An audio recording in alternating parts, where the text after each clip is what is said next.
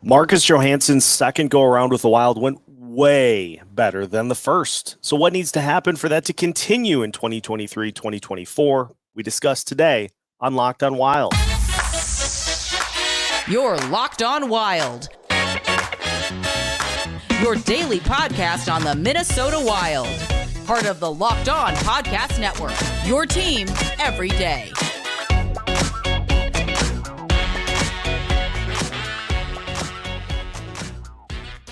What is happening, everybody? Welcome into another episode of Locked on Wild, your daily Minnesota Wild podcast, part of the Locked on Podcast Network, your team every day.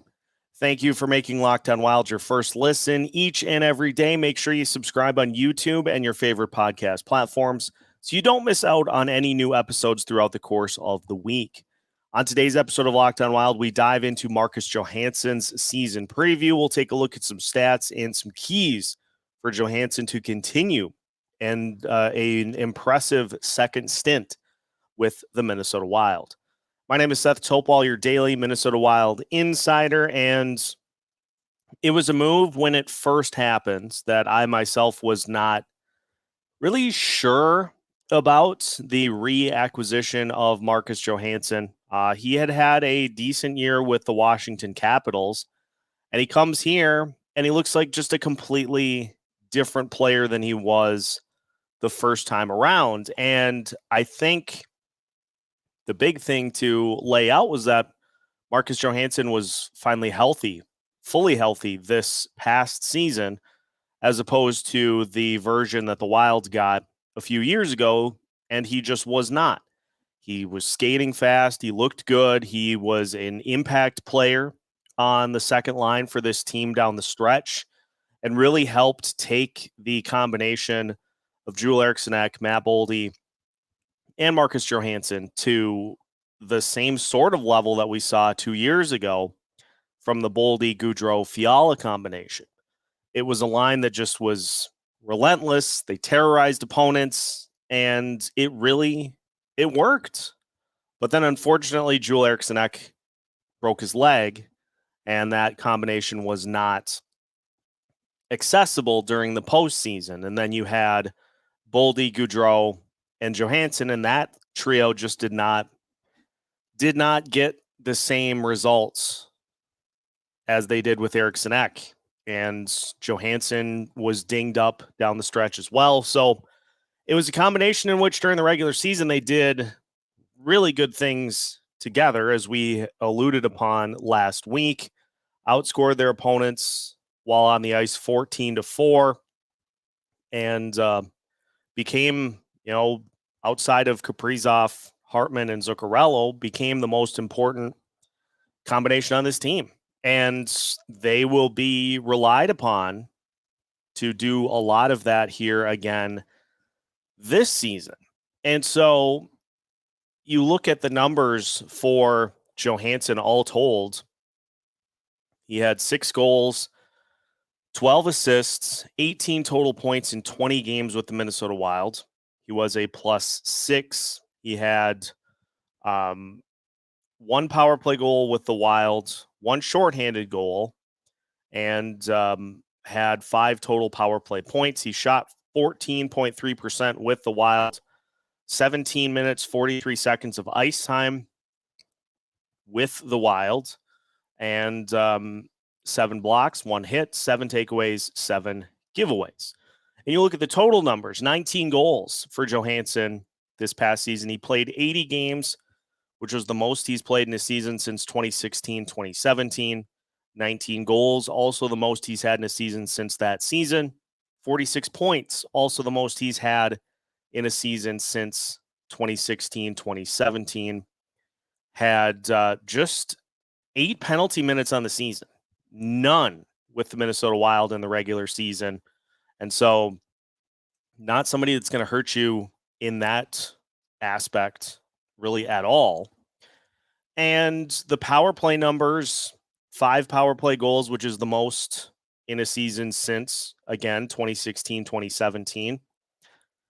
And really just any number that you look at was a career high, or the highest that he's had in a season since 2016, 2017, which was the last time he didn't miss any games in a season. He's just been banged up with various things throughout the course of the last 6 years. And then this year finally was able to get a full off season in, get a full season in without having to deal with anything until, unfortunately, the last couple of games of the season. So all in all, it was a really good season for Marcus Johansson, and I think just proves that when healthy, he has a lot left in the tank and a lot that he can give a team like the Minnesota Wild as long as he can stay on the ice. Now, the numbers in the postseason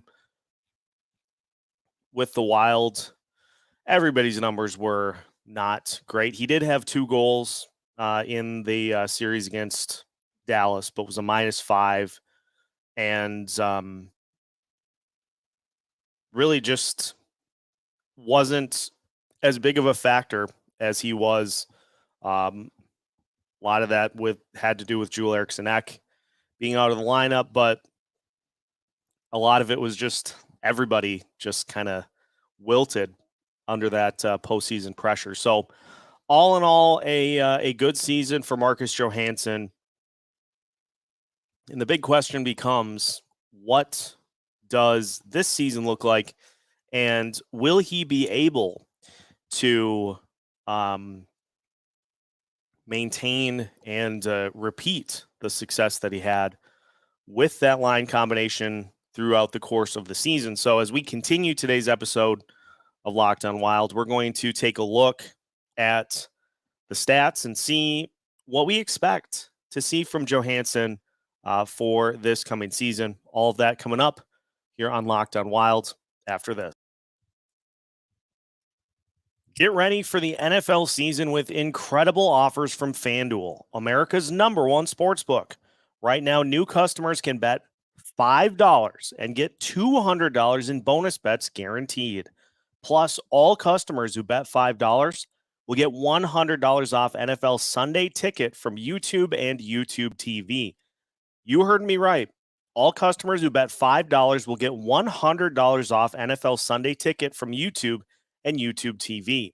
Now is the best time to join FanDuel that there is. The app is easy to use, and you can bet on everything from spreads to player props and more. Vikings fans, right now the Vikings are 6-point favorites over the Tampa Bay Buccaneers, but the one that I like is that over-under of 45.5. Should be some points in week 1. So I would take the over if it were me. Visit FanDuel.com/lockedon and kick off the NFL season with an offer you absolutely cannot miss. FanDuel, official partner of the NFL.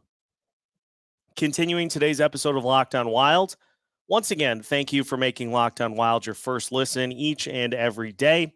For the everydayers, make sure that you stick with us through the rest of this week. We'll get to the first line. We'll talk Kaprizov, we'll talk Zuccarello, and we'll talk Ryan Hartman as well throughout the rest of the week. So make sure that you stay tuned so you don't miss out on any Locked On Wild boot camp here throughout the rest of the offseason. So let's talk statistics for Marcus Johansson for 2023-2024. Now, as we mentioned, Johansson had a really good stint with the Minnesota Wild with 18 points in 12 games. But let's look at the breakdown of how things played out when Matt Boldy had his absolutely torrid March, in which he scored 12 goals in the month of March. Johansson had, I think, 2 goals in that same month, but was very active in the points department in helping set Boldy up for a lot of those looks that led to just a flurry of points down the stretch. So I don't see any reason why Johansson can't equal or go above the numbers that he set. The big one for Johansson is going to be the games played. If he can play close to 80 games, 75 games, somewhere in there, then he has a chance to be around a 20-goal scorer. 6 goals in 20 games. If you do the math, that's a quarter of the season, roughly, which would lead to then 24 goals on that same pace. But again, if we take even slightly less than that, because that was a pretty good run that line went on. So even if you take 70% of that or 75% of what that line was able to do, that's still 18 goals. And we've talked, and I think we've landed on a pretty solid number for this line, is somewhere in that 70 goals range total. I think that's going to be a pretty easy over if these guys stay healthy and if they play. And for Johansson especially, he is the one on this line that has the speed. And so if he's using that speed and he's getting some potential breakaway or odd man rush opportunities, he's going to be the one getting to the goalie the quickest. And so therefore, he's going to be the one that gets those lead passes. We saw this a couple of times during the course of the season where he'd get these long outlet passes to where there was maybe one guy to beat for him to get to the net. And so I'm going to do this. In terms of goals for the season, I'm going to take the over. I think Johansson can hit the over that 19, because let's also keep in fact too, the first part of the season for Johansson with the Washington Capitals, the Capitals were all over the place, and he was not playing as prominent of a role with them as he was with us. And so 13 goals in 60 games and then 6 goals in 20 games. I think he can be a 20-goal guy if he stays healthy, which then points at 29. I beg your pardon, at 46. He can, I think, be between a 50 and 60 point guy on that line while also being healthy. So I'm going to take the over there as well. Now, the numbers that are going to probably change are on the power play, because we did see Johansson with players out. We did see him get some top power play time at the end of the season. I don't think we're going to see as much of that unless there are players that are hurt and out of the lineup. So you could see the power play numbers dip, but I think we are going to see the even strength numbers stay relatively the same, maybe a slight uptick in those departments. But I don't see any reason why, if he's healthy, that Johansson can't be a 20-goal, 50 to 60 point guy. There just are a ton of opportunities that are out there for this team or for that line to score if they're doing what they're supposed to do.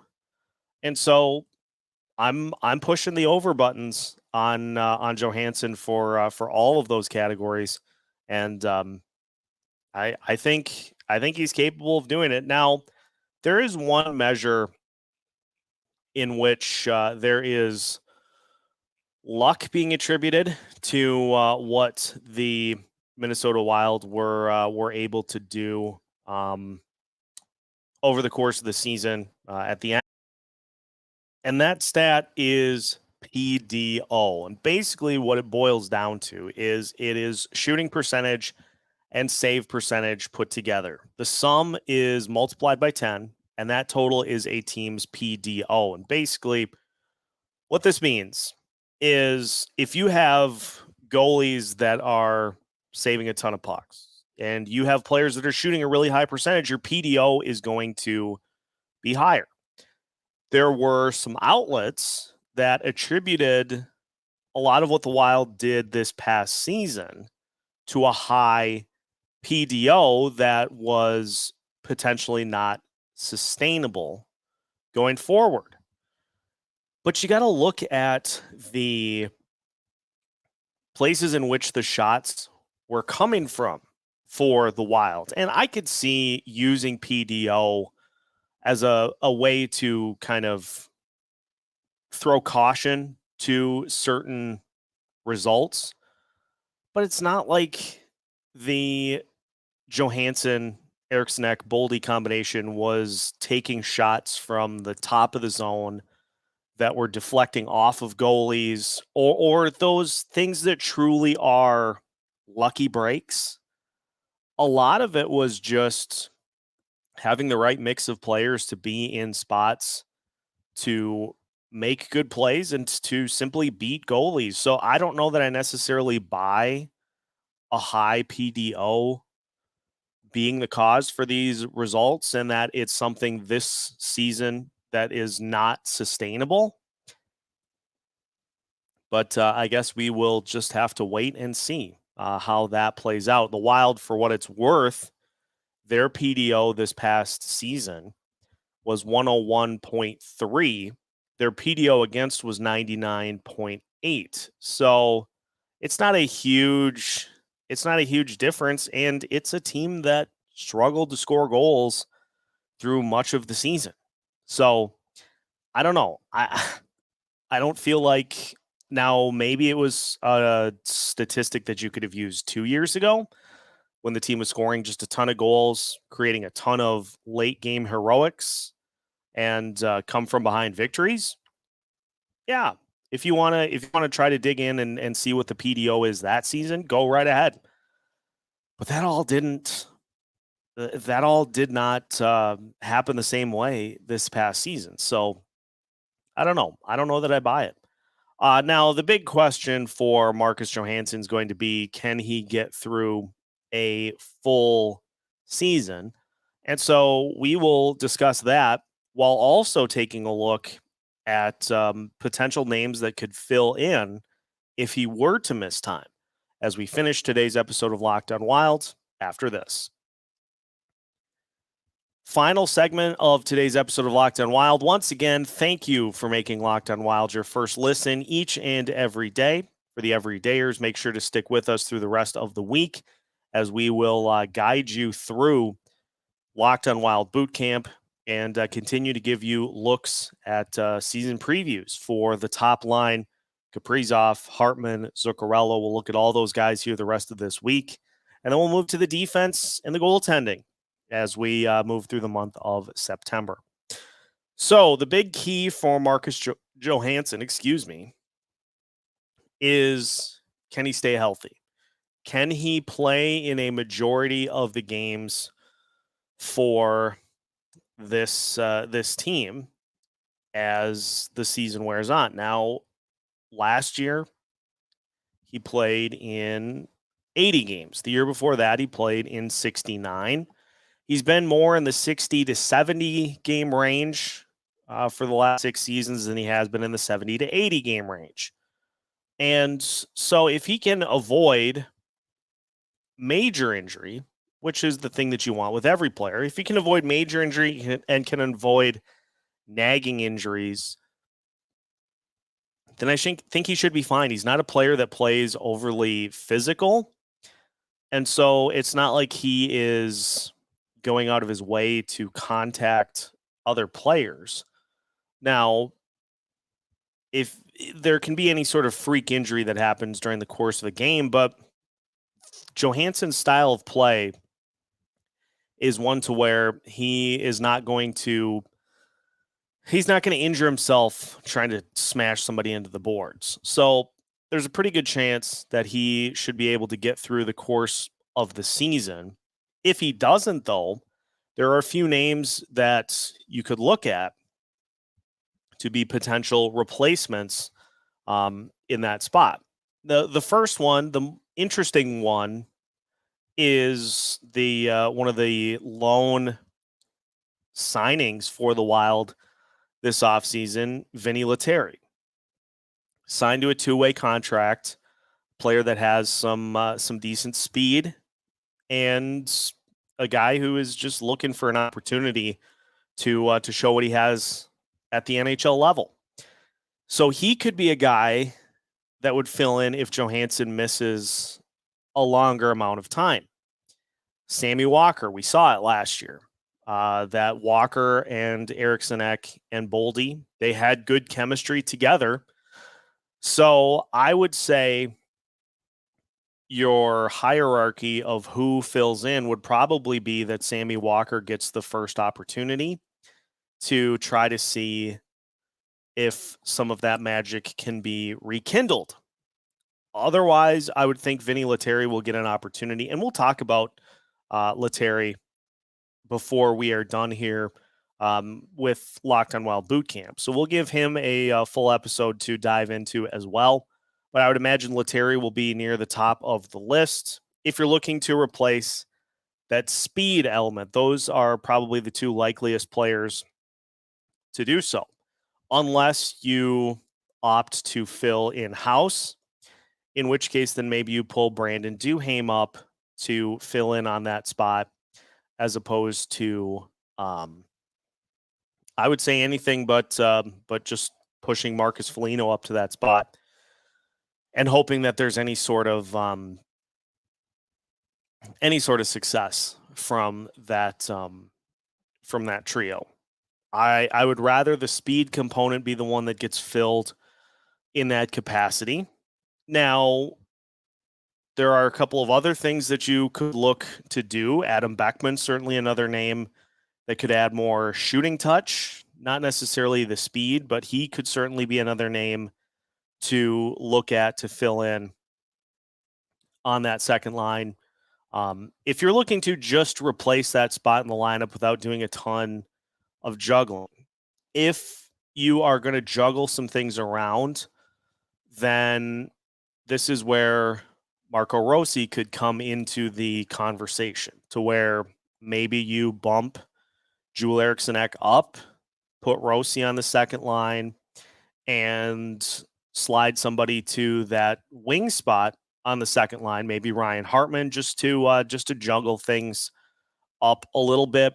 If any of those players that we mentioned before don't work as well filling in that spot, there are options for how to fill. But overall, I think the second line is one that should have a good season this upcoming year. They'll be expected to do a ton to help Kaprizov, Zuccarello, and Hartman, because your third line is going to be more defensive. Your fourth line is going to be a spark plug, but they should have a good line as well, a good season as well.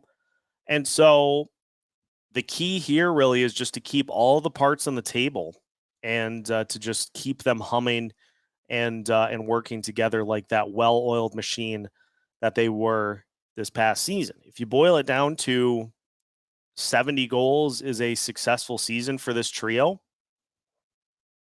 give me the overall day.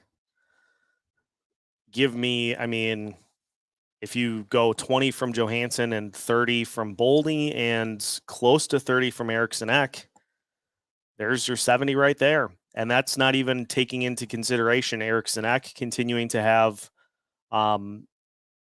improvement seasons and Boldy building off of his 30-goal breakout season.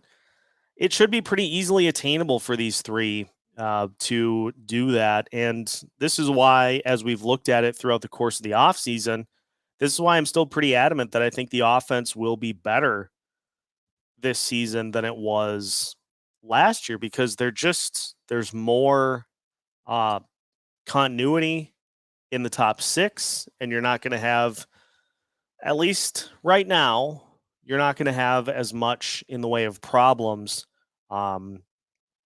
with trying to get everybody to gel and hit the ground running, essentially. So I'm expecting a big year from the second line, and we'll have to see how that plays out here as the season unfolds. But that will do it for today's episode of Locked on Wild. Again, if this is your first time tuning in to Locked on Wild, we're glad to have you. Make sure you subscribe on YouTube and your favorite podcast platforms so you don't miss out on any new episodes throughout the course of the week. You can find all of our content at YouTube, and just searching Locked on Wild wherever you listen to your podcasts. You can find everything that we've got for you.